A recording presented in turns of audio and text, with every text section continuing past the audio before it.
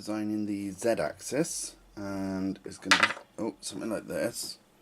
And I'm just balancing these on like this to sort of work out the closest I could have everything, because I don't want it to be too far apart. So it's going to be very, very tight, everything in there, and it's going to possibly just have one small bit of this block as the main bit. I'm not entirely sure. I'm just winging it at the moment.